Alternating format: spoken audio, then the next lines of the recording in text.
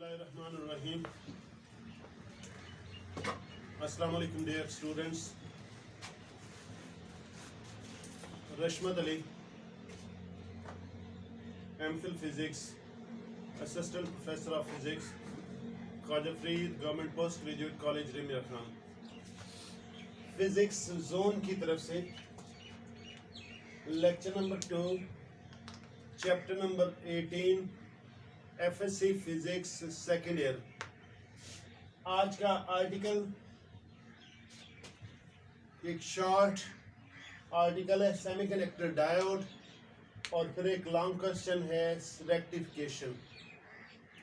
सबसे पहले हम सेमीकंडक्टर डायोड की तरफ जाते हैं। इससे पहले लेक्चर में हमने सुना था, पढ़ा था, समझा था पीएन जंक्शन। उसी पीएन जंक्शन को आगे फॉरवर्ड लेते हैं तो पीएन जंक्शन को बाज़-औक़ात सेमीकंडक्टर डायोड भी कहते हैं। लफ्ज़ डायोड बेसिकली मुरक्कब है दो लफ्ज़ों का, means two electrodes. Two electrodes में जब भी हम इस्तेमाल करते हैं फिज़िक्स की टर्मिनोलॉजी में, तो यकीनन उसमें एक पॉजिटिव होता है जिसको हम एनोड कहते हैं, और दूसरा नेगेटिव होता है जिसको हम कैथोड कहते हैं। तो ये एक सिंबल है उसकी, ये एक एरो शेप में बनाया गया। एरो शेप जो है वो पी टाइप सब्सटेंस है, और एक वर्टिकल बार शो की गई है, ये उसका एन टाइप सब्सटेंस है। एन टाइप की तरफ सी लिखा हुआ means this is a cathode, और पी टाइप की तरफ से ए लिखा हुआ दिस इज मीन्स एनोड। ये basically positive to anode positive पे है और कैथोड नेगेटिव पे है, तो इसका मतलब ये है फॉरवर्ड बायस्ड। और हम ये जानते हैं कि फॉरवर्ड बायस में सेमीकंडक्टर डायोड कंडक्ट करता है, जबकि रिवर्स बायस में ये वर्टिकल बार इस चीज़ को शो करती है कि रिवर्स बायस में डायोड कंडक्ट नहीं करता। ये एरो बताता है कि करंट अगर हम एक्सटर्नल सोर्स को इस तरह लगाएं कि पी एनोड पे हो और सी जो है वो एन टाइप जो है वो कैथोड पे हो, तो फिर वो फॉरवर्ड बायस होगा और कंडक्ट करेगा। इस वक्त ये एक as a application of semiconductor diode हम इस्तेमाल कर रहे हैं। नॉर्मली सेमीकंडक्टर डायोड रेक्टिफिकेशन के लिए इस्तेमाल होता है। हम घर में मुख्तलिफ ऑफिस में, फैक्ट्रीज में एसी लेते हैं, और बहुत सारे छोटे छोटे कंपोनेंट मतलब radio, television, torch light, mobile के सर्किट जो है डायरेक्टली उससे हम जब उसको चार्जिंग करते हैं तो वो एसी से करते हैं। लेकिन इसके अंदर जो कंपोनेंट है उसमें डायोड भी हैं, बहुत सारे इस तरह के फर्दर डेवलप, मसलन ट्रांजिस्टर हैं, डायोड हैं, ट्राइक हैं, चिप्स हैं, इंटीग्रेटेड सर्किट्स हैं, वो सब के सब डीसी से काम करते हैं। तो अगर डीसी से काम करते हैं तो इस तरह के हम पहले उसको एसी में लेते हैं और एसी से फिर डीसी में कन्वर्ट करते हैं। तो ऐसा प्रोसेस जिससे एसी को डीसी में कन्वर्ट किया जा सकता हो उसको हम रेक्टिफिकेशन कहते हैं। This is a term, new term. तो एसी को डायरेक्ट करंट डीसी में कन्वर्ट करने का जो प्रोसेस है रेक्टिफिकेशन कहलाता है। एसी है बाई डायरेक्शनल करंट, जिसमें पॉजिटिव और नेगेटिव अगर एक सर्किट लगा हुआ है तो हाफ साइकिल के लिए करंट क्लॉकवाइज फ्लो कर रहा है, तो फिर फर्दर हाफ साइकिल के लिए करंट जो है ना वो एंटी क्लॉकवाइज फ्लो करेगा। इसलिए इसको हम टू डायरेक्शनल करंट या बाई डायरेक्शनल करंट कहते हैं। जबकि डायरेक्ट करंट जो है उसमें हमेशा वन डायरेक्शन में करंट फ्लो करेगा, क्लॉकवाइज या एंटी क्लॉकवाइज। उसमें यूनिडायरेक्शनल करंट कहलाता है या डायरेक्ट करंट कहलाता है। रेक्टिफिकेशन डायोड से होती है, बड़ा एक्सटेंसिव यूज़ है इसका। इसकी ये दो किस्में, सहूलत के लिए हमने इसको दो हिस्सों में तकसीम किया हुआ। एक है हाफ वेव रेक्टिफिकेशन, दूसरी है फुल वेव रेक्टिफिकेशन। इन दोनों की डिटेल्स हम जानना चाहेंगे। तो सबसे पहले हाफ वेव रेक्टिफिकेशन। अगर हम सपोज कर लें ये एसी है, तो इसमें पॉजिटिव और नेगेटिव पल्सेस मौजूद हैं। तो इसमें अगर हम कह लें कि ऐसी रेक्टिफिकेशन जिसमें सिर्फ एक ही पल्स,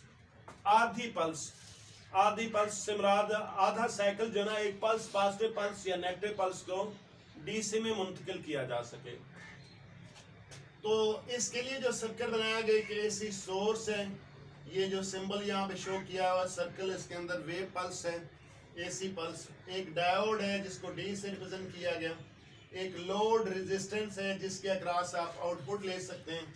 तो यहाँ पे एक साइकिल दिखाया गया एसी का, ये इनपुट सिग्नल है एसी का, और इधर से आउटपुट सिग्नल दिखाया गया डीसी का। इसमें दरमियान में एक गैप, ये पॉजिटिव और ये पॉजिटिव सिग्नल हमें मिला हुआ है। हम चलते हैं इसकी वर्किंग पर। वर्किंग में हम इसके दो हिस्से कर लेते हैं, एक पॉजिटिव हाफ साइकिल, दूसरा नेगेटिव हाफ साइकिल। तो इसके हम शो कर देते हैं, ये पॉजिटिव हाफ साइकिल और ये नेगेटिव हाफ साइकिल। तो जब पॉजिटिव हाफ साइकिल इसमें होगा तो इसका ये वाला सिरा सर्किट में हम देख सकते हैं, सर्किट में ये अपर साइड जो ना पॉजिटिव हो जाएगी, लोड साइड नेगेटिव हो जाएगी। तो इट मीन्स दैट डायोड का ये एरो वाला हिस्सा पी टाइप है, तो ये पॉजिटिव पॉजिटिव से मिलेगा, ये फॉरवर्ड बायस हो जाएगा, और दूसरा हिस्सा इसमें से ये नेगेटिव से मिलेगा तो फॉरवर्ड बायस हो जाएगा। तो during positive half cycle of AC, तो टाइम ड्यूरेशन हम कह लें कि एक साइकिल के लिए टाइम पीरियड टी कैपिटल है, तो यहाँ से 0 से लेकर इधर तक टी हाफ हो जाएगा और इधर टी कैपिटल हो जाएगा। 0 से लेकर t/2 तक डायोड जो है ना वो फॉरवर्ड बायस्ड हो जाएगा, और करंट कन्वेंशनल करंट इस डायरेक्शन में फ्लो करेगा, हम इस एरो से शो कर सकते हैं। तो ये है बेसिकली क्लॉकवाइज करंट इस सर्किट में। तो करंट फ्लो करेगा, फॉरवर्ड बायस हो गया करंट, डायोड बड़ी लो रेजिस्टेंस ऑफर करता है और इसमें करंट फ्लो करेगा। जब करंट फ्लो करेगा तो इस रेजिस्टेंस के अक्रॉस पोटेंशियल ड्रॉप होगा, वो पोटेंशियल हम इधर से ले सकते हैं, जैसे सक्सेसफुली इधर से करंट इंक्रीज कर रहा है, इधर से भी इंक्रीज कराएगा, इधर पीक पे जाएगा, इधर भी पीक पे, फिर जैसे सक्सेसफुली ये डाउन हो जाएगा, इस तरह इधर भी डाउन हो जाएगा। जब नेगेटिव हाफ साइकिल आएगा तो ये वाला हिस्सा हम नेगेटिव तस्वर करेंगे, अपर साइड, और लोअर हिस्सा जो है वो पॉजिटिव तस्वर करेंगे। तो फिर क्या होगा, ये अगर नेगेटिव है, इधर पी टैप है, तो ये रिवर्स बायस में हो जाएगा। रिवर्स बायस में डायोड कंडक्ट नहीं करेगा और रेजिस्टेंस के अक्रॉस कोई करंट नहीं फ्लो करेगा। एज ए रिजल्ट हमें इसके दरमियान में गैप मिलेगा। Similarly for the next cycle का सिलसिला रिपीट होना शुरू हो जाएगा। पॉजिटिव के लिए एक गैप, एक पॉजिटिव पल्स, हाफ पल्स मिलेगी, और नेगेटिव के लिए कुछ नहीं मिलेगा। इस तरह सोन ये प्रोसेस जारी रहेगा, यानी एक गैप के बाद हमें गैप मिलेगा। बड़ा इंटरेस्टिंग, अगर सपोज कर लें डायोड की पोलैरिटी रिवर्स कर दें तो व्हाट हैपेंस देन, हम देख सकते हैं रिवर्स पोलैरिटी की सूरत में हमें यही जो पीक्स मिल रही हैं आउटपुट एज ए डीसी, ये पीक्स रिवर्स हो जाएंगी और कुछ नहीं होगा। तो उस सूरत में करंट की डायरेक्शन जो है ना वो पहले क्लॉकवाइज शो किया हुआ, तो फिर एंटी क्लॉकवाइज हो जाएगा। यानी पॉजिटिव हाफ के लिए इस कंडीशन के लिए इस डायरेक्शन जिस तरह डायोड लगाया हुआ है तो उसके लिए ये आउटपुट मिलेगी, और अगर हम डायोड को रिवर्स कर देते हैं तब ये हमें ये पल्सेस आउटपुट पे मिलेंगे।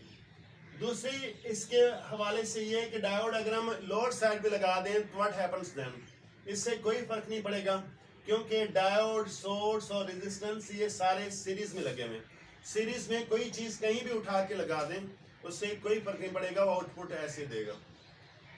अब नेक्स्ट हम देखते हैं इस सर्किट से, ये आप देख लेंगे इनपुट साइकिल है, इनपुट जो मिल रही वो एसी है, पल्सेटिंग करंट है, बाई डायमेंशनल है, बाई डायरेक्शनल है, जबकि डीसी जब पॉजिटिव साइकिल आता है तो कंडक्ट करता है, जब नेगेटिव साइकिल ये कंडक्शन शो नहीं करता, आउटपुट पे कोई करंट नहीं मिलता। तो इधर से भी एसी है तो पॉजिटिव साइकिल तो मिलेगा, जबकि नेगेटिव साइकिल पे हमें कोई कनेक्शन आउटपुट पे करंट नहीं मिलेगा, यानी गैप में करंट मिलेगा। दूसरी सबसे अहम बात कि ये है पल्सेटिंग, इंक्रीजिंग डिक्रीजिंग, तो डीसी भी पल्सेटिंग है, प्योर डीसी नहीं है। अगर हम प्योर डीसी चाहते हैं तो हमें क्या करना होगा, हमें एक फिल्टर लगाना पड़ेगा जो एसी को फिल्टर कर देगा, प्योरली डीसी हमें मिल जाएगी। तो फिल्टर क्या चीज़ है, फिल्टर बेसिकली एक कैपेसिटर, कैपेसिटर की खूबियाँ हम चैप्टर 16 में पढ़ चुके हैं। कैपेसिटर एक ऐसा डिवाइस है जो एसी को गुजरने देता है, डीसी को ब्लॉक कर लेता है। तो जब इसके शुरू में एंड में यहाँ पे पैरेलल में लेट्स से मैं इसको अरेज कर रहा हूँ, तो यहाँ पे एक कैपेसिटर लगा दें, इसके साथ ये एक मुनासिब की अमाउंट से इसको कैपेसिटर लगा दें सी, ये फिल्टर का काम करेगा। तो इसमें से ये होगा कि एसी जो इसमें से गुजर जाएगी, सर्किट मुकम्मल हो जाएगा, जबकि डीसी इसमें से ब्लॉक हो जाएगा। फिर उसमें तब्दीली क्या आएगी, तो ऐसा गैप वाला करंट हमें स्ट्रेट लाइन करंट या स्मूथ करंट मिल सकता है डीसी की शक्ल में। नेक्स्ट हमारे पास है full wave rectification. Full wave rectification भी दो तरह के हैं। हम अगर इसको देख लें, फुल वेव रेक्टिफिकेशन यानी लफ्ज से जाहिर है वो पहला हाफ वेव था, यानी एसी साइकिल की हाफ वेव रेक्टिफाइड हो रही थी, कन्वर्ट हो रही थी एसी टू डीसी, और ये फुल वेव का मतलब ये होगा पूरी की पूरी वेव जो ना डीसी में कन्वर्ट हो जाएगी। तो rectification in which full wave of the AC input cycle is converted into DC output is called full wave rectification।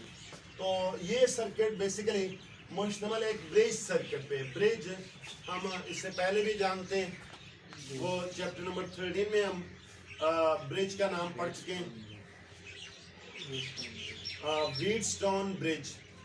ये भी एक किस्म की ब्रिज सर्किट है। ये ब्रिज उसमें रजिस्टर से इसमें चार डायोड्स हैं लगाया गया, जिस तरतीब से ए और बी दो टर्मिनल जो सोर्स के साथ हैं, और इसी तरह इसमें हम कह लें सी और डी इस ब्रिज में ये रेजिस्टेंस लगाया हुआ आउटपुट रेजिस्टेंस के लिए, ए और बी इनपुट के लिए और सी और डी आउटपुट के लिए। तो D1, D2, D3, D4 जो ना ये चार रेजिस्टर्स हैं।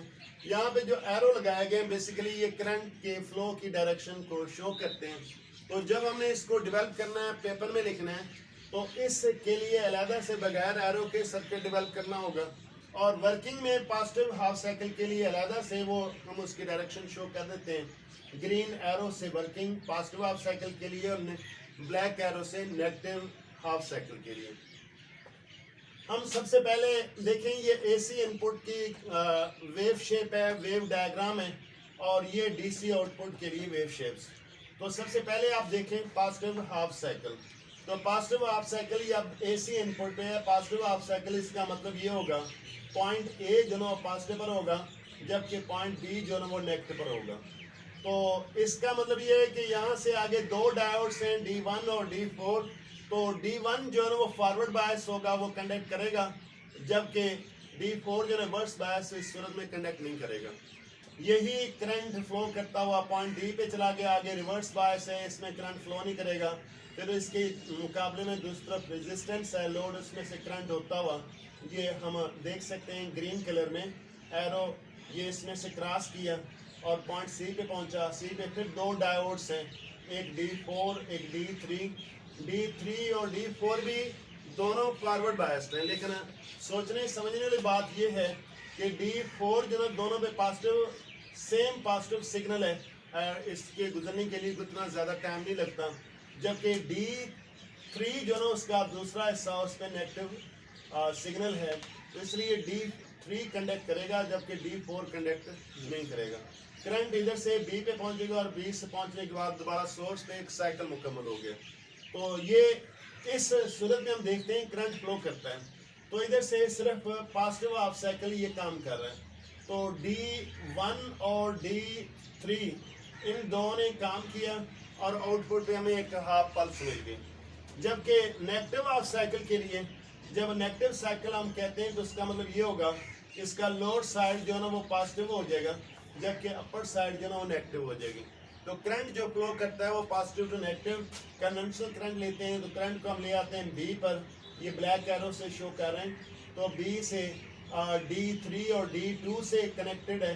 तो यहाँ से D2 जो ना फॉरवर्ड बायस में ये पॉजिटिव टर्मिनल P टैप इस पे आ गया पॉजिटिव है, और ये रिवर्स में है तो इसलिए ये कंडक्ट नहीं करेगा, D2 कंडक्ट करेगा। जब चले जाएं पॉइंट D पर, तो D पर फिर D3 जो है ना वो कंडक्ट रिवर्स बायस हो जाएगा, वो कंडक्ट नहीं करेगा।